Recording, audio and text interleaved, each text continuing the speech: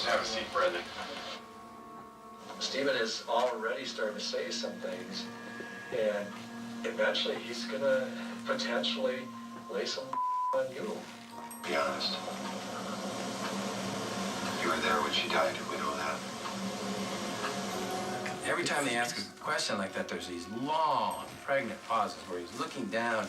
You can tell he's just like, what is it they want me to say? And first he's like, he stabbed her in the stomach. But what else did you do? Come on.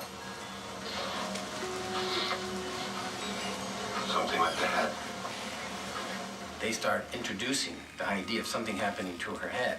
We have the evidence, Brendan. We just need you to be honest with us.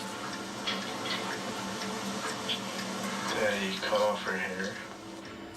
What else? What else? Tell us. We know. We just got to hear it from you. And again, long pauses. He strangled her. Okay, that's not all. Long pauses. He punched her in the head. And you can tell that their frustration levels increase as this goes on. We just need you to tell us. That's all I can remember. And they knew one piece of evidence that the public did not know, that she had been shot in the head. And their frustration level gets to the point where one of them just says, all right, I'm just gonna come out and ask you, who shot her in the head? He did. Oops. He just blew it. And so the one piece of evidence that really could have shown that this statement was or was not true, the officers fed him and tainted the whole thing. And then ultimately, the very end of the tape, they bring his mother in. And she's like, Brendan, what is this true? Did you? Huh? Not really. What do you mean, not really? They got cleared. Afterward, Brendan said he made it up at their prompting.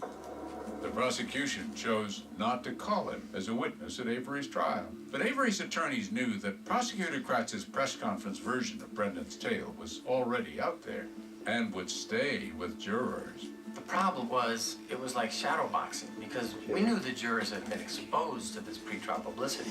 Still, they believed they created a strong case of evidence planting and manipulation. Enough, they hoped, for the jury to have reasonable doubt. I knew that purple top tubes have a preservative in them to keep the blood from clotting. There was nothing we could do, but there's nobody who would test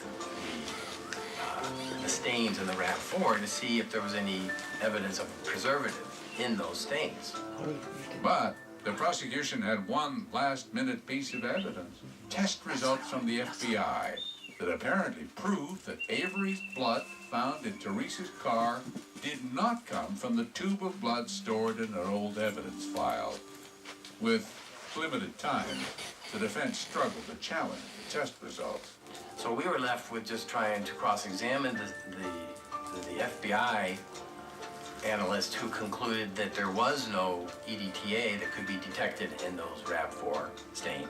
So we presented an analytic chemist who said, you know, this test has not been validated properly. We can't tell what the detection limit is. All we can say is that if you use this FBI test and you find EDTA, yes, there's EDTA. But if you don't, we don't know if it's because EDTA isn't there or because their test just didn't detect it. And then it was over. The jury took 2 days to decide Stephen Avery's fate. We, the jury, find the defendant, Stephen A. Avery, guilty of first-degree intentional homicide as charged in the first count of the information.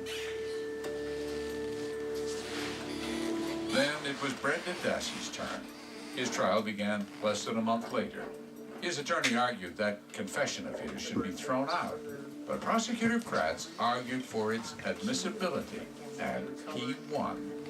The jury got to watch 3.5 hours of this young man's statement. They concluded that it ought to be believed, and they found him guilty. Dassey and Avery both received life sentences. And nearly 10 years went by before the next surprising twist in the case, though not in the courtroom, but from a pair of filmmakers who had spent nearly a decade to deliver the series Making a Murderer. We thought Stephen Avery would be an amazing window through which to look at the system. And so, the saga of crime and punishment in a small town in Wisconsin lit a controversy that's growing week by week.